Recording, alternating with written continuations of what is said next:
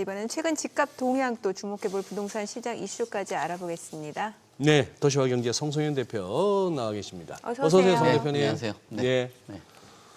뭐 우리 송 대표님도 요즘 뭐 주식 하시나? 네. 뭐 만면에 뭐 웃음이 네? 너무 좋으신데. 원래 웃상이시잖아요. 원래 그렇죠. 예, 원래 웃고 다니죠. 긍정적인 마음으로 항상 움직입니다. 네. 예. 아니 참 뭐 연준이 FOMC를 갖다가 FOMC 9월 FOMC에서 결국 25p 인하했고 애초 우리가 생각했던 게 9월 FOMC 포함해서 이제 2025년에 한 2번 정도 아닐까 싶었는데 살짝 한 번 더 기대할 수도 있는 그런 분위기까지 갔어요. 네. 자, 그러면 지금 우리 한은은 어떻게 되는 겁니까? 요즘에 그 부동산 시장을 보시는 분들은 사실 한국은행의 어떤 뭐 동향 이런 걸 별로 체크를 안 하고 아, 그래요? 그냥 미국을 봐요. 그냥 미국이 움직이고 나면 아, 그 뒤에 뭐 시차를 두고 움직인다. 뭐 이렇게 예측들을 하고 있기 때문에 지금 상황에서는 뭐 한국은행도 기준금리를 인하하지 않을까. 그리고 올해는 뭐 한 차례 정도는 인하할 거라는 기대 심리가 부동산 시장에 있었었거든요. 예. 그래서 지금 한국과 미국의 그 기준금리 차가 축소가 되고 있고 또 이런 상황에서 우리나라 뭐 경제 상황도 좋지 않기 때문에 금리를 내려야 되겠다라는 인식들이 있었는데 항상 우리나라의 그 금리의 동향의 발목을 잡아왔던 거는 집값이거든요. 예. 이번에도 집값하고 또 집값을 통해서 가계부채 이 문제들이 있기 때문에 좀 신중한 접근으로 할 것으로는 보여지는데 뭐 결국은 집값이 요즘에 최근 들어서는 또 뭐 공급 대책 나오고 나서 오히려 또 상승을 하는 그런 국면이거든요. 그렇기 때문에 이제 뭐 미국의 금리 인하가 있다라고 해도 그 우리나라가 따라갈 것으로는 보이는데 이 집값 때문에 얼마나의 그 시차를 보일지 그래도 모두의 그 생각으로는 뭐 올해 한 차례 정도는 내려가지 않을까 그렇게 뭐 전망을 하고 있습니다. 금리 우리도 예를 들어서 뭐 한 25p든 낮춰준다 손 치더라도 네. 아니 대출 묶어버리면 뭐 꽝이지 않습니까? 그렇죠. 지금 그래서 금리를 낮춘다고 해도 사실 지금은 대출로 컨트롤을 하고 있는 상황이고 또 최근에 나왔던 공급 대책이 뭐 공급책보다는 그 수요책이라는 평가들이 많았는데 그 안에도 결국 담겨져 있는 것들은 대출에 대한 그 규제였기 때문에 뭐 금리의 변화가 지금 시장에서는 상당히 내성이 생겼고 집값의 가장 핵심이라고 보이지는 않고 있는데 왜 이렇게 이제 금리 낮추는 거에 대해서 좀 주저주저 하는지는 조금 좀 보수적으로 봐서 그런지 좀 우려스럽긴 합니다. 네. 네. 지금 97 공급 대책이 네. 나왔어요. 지금 네. 상황이 어때요? 지금 시장에 좀 영향을 주고 있나요? 뭐 97 공급 대책이 나오고 나서 집값이 상승하는 그런 추세가 나왔는데요. 오히려 상승했어요. 네, 오히려 공급 대책이 나오고 나면 집값을 좀 안정화시키기 위해서 대책을 내놓은 거잖아요. 그러게요. 예. 근데 최근 들어서는 지금 마포라든지 송동구 같은 경우는 집값이 올라가고 있고 최근 들어서 보도되는 걸 보면은 뭐 재건축 추진되는 단지 뭐 이런 곳들에는 매수 문의가 굉장히 높아졌다라고 합니다. 지금 신고가가 나오고 있는 곳들 주로 보면은 뭐 성동구라든지 마포구 이런 지역들이 신고가 매수 건수들이 늘어나고 있는데 이 부분들은 뭐 또 질문에 나오긴 하겠지만 토지거래 허가구역에 대한 그 우려 뭐 이런 것들로 인해서 뭐 선제적으로 좀 매수를 해야 되겠다라는 그 심리가 좀 발동된 것으로 보여집니다. 지금 이거 토지거래 허가구역 네. 토허제 예. 지금 이 현황이 어떻게 된 겁니까 지금? 지금 뭐 정부도 그렇고 서울시도 그렇고 부동산 시장에 그냥 밍밍하게 그냥 계속 이어져 오던 것들을 그냥 계속 이어져 가는 것 같아요. 그러니까 네. 토지거래 허가구역을 추가로 연장을 했는데 내년 말까지입니다. 지금 강남 3구하고 용산구가 토지거래 허가구역으로 지정이 네. 되어 있는 상황인데 뭐 계속 이어져서 내년 말까지 연장한다라고 합니다. 서울시 입장에서는 실수요자의 주거 안정을 위해서 연장을 한다라고 하는데 근데 실수요자들은 그런 얘기를 하거든요. 이 토지거래 허가구역이 재지정됐는데 실수요자들이 뭐 안정적인 그 심리적인 뭐 그 요동 뭐 이런 건 전혀 없다라고 하니까 사실 토지거래 허가구역이 실수요자의 보호 측면에 어떤 거에 기여를 하는지는 의문으로 항상 제기를 하고 있고요. 그리고 강남 쪽과 용산 쪽에 가격에 그 억제를 하기 위해서 토지거래 허가구역을 지정을 해왔고 연장을 계속 해왔는데 역시 이것도 강남에 계신 분들이 이제 내성이 생겨가지고 하도 연장하니까 그러려니 말든지 뭐 하든지 말든지 하든지 말든지. 네, 그냥 별로 신경을 안 쓰고 계세요. 저도 뭐 강남에 계신 분들하고 많이 소통을 하는데 뭐 하겠지 뭐 그런가 보다 이제 높아진 금리에 우리가 계속 충격에서 처음에는 충격이었지만 내성이 생겨왔듯이 토지거래 허가구역에 대해서도 뭐 그냥 그런가 보다라고 하는데 아까 마포하고 성동에 그 신고가 거래들이 많이 나오고 가격이 급등하는 이유가 뭐냐면 내성이 안 생겼던 지역들이거든요. 이곳은 토지거래 허가구역으로 지정될 수도 있겠다. 네. 그러면은 지정되고 난 이후에는 거래하는 데 있어서 제약이 될 수 있겠다라고 생각을 하면서 이 지역들의 가격이 반등을 해왔고 그런 것들이 서울 가격을 지금 주도를 하고 있는 것으로 보여집니다. 왜냐하면 토지거래 허가구역으로 지정이 되고 나면은 실거주 중심으로 흘러가야 되고 일정 면적 이상을 넘어가게 된다라면은 거래하는 데 있어서 좀 귀찮게 하거든요. 뭐 이거 내라 저거 내라 뭐 내야 되는 부분들이 많아서 네, 그렇다 보니까 집값에 대해서 뭐 가격에 대해서는 통제는 별로 없고 거래량이 줄어가는 그래서 토지거래 허가구역의 문제점으로 지적되는 게 거래량은 줄어드는데 가격들은 올라가는 이런 문제들. 그리고 집주인 입장에서도 제가 그 스킨십을 하면서 뭐 말씀하시는 거는 거래량이 줄어드리는 게 이게 규제 때문에 거래량이 줄어든다라고 생각도 하겠지만 집주인들이 토지거래 허가구역을 연장을 계속 한다라는 거는 향후 여기 개발될 거 아니냐. 근데 내가 왜 파냐라고 생각을 하는 거예요. 그러니까 살려고 하는 사람들의 거래량들이 줄어든다라고만 생각을 하시는데 집을 갖고 계신 분들 같은 경우도 여기 앞으로 개발할 건데 개발하는 건데 내가 이걸 왜 파냐라고 하면서 뭐 아주 높은 호가를 제시를 하는 거 외에는 거래가 되지 않는다라고 봐야 될 것 같아요. 그리고 지금 여기서 또 토지거래 허가구역을 또 추가적으로 지정한 곳들은 뭐 영등포나 강북, 뭐 도봉구 이런 지역들도 신속통합기획이라고 해서 이런 곳들도 이제 향후에 재개발을 통해서 주택 공급을 하겠다라는 곳들 여기도 이제 신규 지정된 그런 곳이라고 봐야 되는데 토지거래 허가구역에 대한 그 연장이 주택 가격에 얼마나 안정화를 가지고 올 수 있을지는 뭐 오랜 기간으로 봤을 때 지금 연장한 기간으로 봤을 때는 가격에 대한 그 통제력 뭐 이런 부분들은 굉장히 미미했다라고 볼 수 있을 것 같습니다. 아니 이게 뭐 누군가의 설명을 들으면서 띄엄띄엄 듣는 게 네. 제일 위험한데 네. 제가 뭐 하나 보다가 잠깐 놓쳐가지고 아까 스킨십이 뭔 얘기입니까 갑자기? 뭐 아니 강남에 계신 분들하고 이제 계속해서 연락을 해보니 예, 그런 얘기가 나왔다. 네. 그걸 스킨십이라고 말씀하세요? 뭐 좀 대면을 하고 오해는 하지 아, 말아주십시오. 예. 네. 아니, 선생님 오늘 왜 이러세요? 갑자기 좀 잠깐 이렇게 띄엄띄엄 듣지 마세요. 그러니까 띄엄띄엄 들으면 제 이렇다니까. 얘기도 띄엄띄엄 들으시고 오해가 좀 충분히 생길만 하죠. 이거 잘못하면 썸네일 이상하게 나가요. 그래요? 네. 알겠습니다. 네. 그 전세 사기 한참 빌라 때문에 네. 그 빌라 기피 현상 있었잖아요. 빌라 전세 사기 있었다 보니까 이게 지금 저희가 아파트 위주로 지금 부동산 시장을 살펴봤는데 네.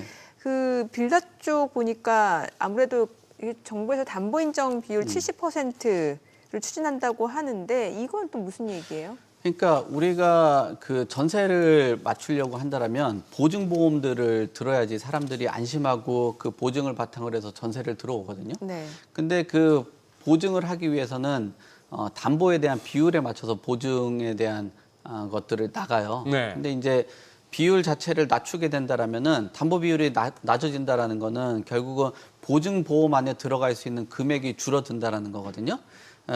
그렇게 되면은 보험에 대해서 이렇게 낮춰지게 되고 향후에 지금 나오고 있는 게 한 70% 정도의 담보 인정 비율을 추진을 한다라는 거거든요. 그렇게 되면 저 표에 나온 것처럼 전체 주택에 이제 보증보험이 된 게 17만 한 200가구 정도 되는데 네. 만약에 낮추게 된다라고 하면은 저 12만 8,600가구 정도는 보증보험을 가입하기가 어렵게 되는 거죠. 그러면은 저기 계신 분들은 뭐 향후에 그 보증이 안 돼 있다 보니까 전세 사기에 대한 위험에 노출될 수 있잖아요. 예. 그러니까 내가 여기에 안전하게 네. 그 임차를 할 수 있을까라는 생각을 할 수밖에 없고 또 새롭게 진입하시려는 분들 같은 경우는 여기서 나가시는 분들에 맞춰가지고 들어오셔야 되는데 근데 이제 그 보증보험이 안 되는 곳에 새롭게 들어오는 임차인도 어렵잖아요. 예. 네. 그러니까 이거 보증보험에 들어가는 그 전세보다는 그냥 월세 쪽으로 전환을 해야 되겠다라는 생각들을 하는 거죠. 그러면 전체 총량에서 17만 건 정도 되는 저 비용에서 한 12만 가구 정도가 초과되는 거니까 결국 한 5만 가구 정도만 시중에 안정적으로 전세 보증에 들어갈 수 있는 가구가 유통된다라는 거예요. 그러니까 전세 물량이 굉장히 많이 축소가 될 수 있고 서민들, 뭐 주거 안정들, 특히 저 전세 보증에 들어가시는 분들 보통 빌라 상품이잖아요. 네. 그곳에 들어가시는 분들에 대해서는 굉장히 위험에 노출될 수 있다. 그래서 전세 시장이 축소가 되고 소위 말하는 그 빌라 같은 경우는 월세화가 상당 부분 가속화될 가능성들이 있다. 근데 이 가속화되는 과정 안에서 집주인들이 돈을 돌려줘야 될 거 아니에요. 예. 그렇죠. 근데 새로운 사람들이 들어오면서 그 기존에 있었던 금액하고 이 새롭게 들어온 사람하고의 금액에 대한 그 차이들이 나타나다 보니까 뭐 예를 들면은 한 전세 한 4억에 계셨던 분들이 새롭게 들어오시려는 분들은 한 3억 5천 정도에 들어오면 한 5천만 원 정도 되잖아요. 예. 한 5천만 원 정도 돌려줄 수 있는 여력들을 가지신 분들은 괜찮은데 그런 집들을 한 10채 정도 갖고 있다라면 현금 한 5억을 또 준비를 해야 되니까 이런 부분에 대해서 굉장히 좀 부담스럽겠죠. 그리고 저 빌라를 가지고 임대 사업 하시는 분들은 아파트처럼 여유가 있는 분이 아닐 거 아니에요. 예. 만약에 돈의 여력이 있었다 하면 아파트를 사서 그거를 세를 줄 텐데 그 정도 여력이 안 되시는 분들이 많다 보니까 이 그 임대인 같은 경우도 상당히 취약하다. 임차인도 취약하고 임대인도 취약하기 때문에 저 담보 인정 비율에 대해서는 점진적인 축소가 필요하지 굉장히 전세 사기에 대해서 뭐 예방을 한다라고는 하지만 위험도에 노출되어 있는 뭐 임대인하고 임차인 같은 그러게요. 경우도 있기 때문에 저 비율 자체는 조금 점진적으로 하실 필요가 있지. 저 90%에서 20% 정도를 갑자기. 떨어뜨린다라는 거는 주식이 한 20% 정도 빠진다고 그러니까. 상상을 해보세요. 그러면 예. 굉장히 예. 부담스럽잖아요. 예. 예. 근데 금액은 굉장히 또 무거운 상품이 부동산이기 때문에 맞아요. 예, 조금 뭐 점진적일 필요가 있지 않겠냐. 그래야지 사회적인 뭐 비용이라든지 뭐 충격 뭐 이런 부분에서 조금 더 자유로울 수 있다라고 보여집니다. 이러면은 진짜 네. 전세 시장 자체가 지금 공급이 축소된다라는 거잖아요. 그렇죠. 그럼 다 이제 월세로 전환이 될 가능성이 높다라고 말씀 주신 대로. 네. 그러면은 이제 사실 전세 좋아하시는 분들이 다들 나가는 게 좀 부담스럽고 아깝다 생각해서 이렇게 하시는 건데 네. 돈 모으기 더 어려운 상황이네요, 이러면. 당연히 돈 모으기 더 어렵죠. 그리고 매매 시장하고 월세 시장을 봤을 때 해외보다 우리나라의 그 임대료 같은 경우는 좀 낮았던 이유가 예. 전세라는 시장이 완충 역할을 해왔거든요. 예. 그러니까 전반적으로 월세로 전환돼야 되는 그 트렌드는 맞긴 한데 그 속도가 너무 가파르다라는 게 예. 문제예요. 그러니까 예를 들면은 뭐 연당 한 5만 원, 10만 원씩 늘어나는 그 월세는 감당 가능하겠지만 뭐 연당 뭐 30만 원, 50만 원씩 올라간다라는 거는 내 소득보다도 너무 빠르게 월세가 튀기 때문에 이런 부분에 대해서는 우리가 신중한 접근을 해야 되는 거고 거기에 전세라는 제도 자체가 뭐 사적 금융의 역할을 하고 전세 사기의 피해도 있는 거는 사실이지만 지금까지 오랜 역사들을 이렇게 쭉 보고 그 생각을 해보면 네. 전세 사기의 역사는 짧지만 전세가 가지고 왔던 그래도 내 집 마련을 해왔건 또 임대 시장에서 해왔던 역할을 고려를 해본다라면은 전세가 그래도 안정적인 그 서민들에게 뭐 주거 안정을 가져왔었던 거는 사실이기 때문에 예. 전세 사기에 대한 그 쇼크를 가지고 모든 그 임대 시장 그리고 아파트보다도 취약한 그 빌라 시장에까지도 저렇게 담보 인정 비율을 강화를 그러게요. 한다라는 거는 굉장히 큰 타격으로 가져올 수 있다. 오히려 전세 사기의 피해를 보신 그 숫자보다도 훨씬 더 방대할 글쎄. 네. 가능성이 있기 때문에 좀 신중하게 접근을 할 필요가 있지 않나 그렇게 보여집니다. 저기 전 세계적으로 봐서도 참 우리 한국만의 좀 그거 아닙니까? 전세라는 게? 네. 그렇죠. 그러니. 그러니까 방향은 맞는데 속도가 너무 빠른 게 그러니. 문제다. 네, 그렇죠. 예.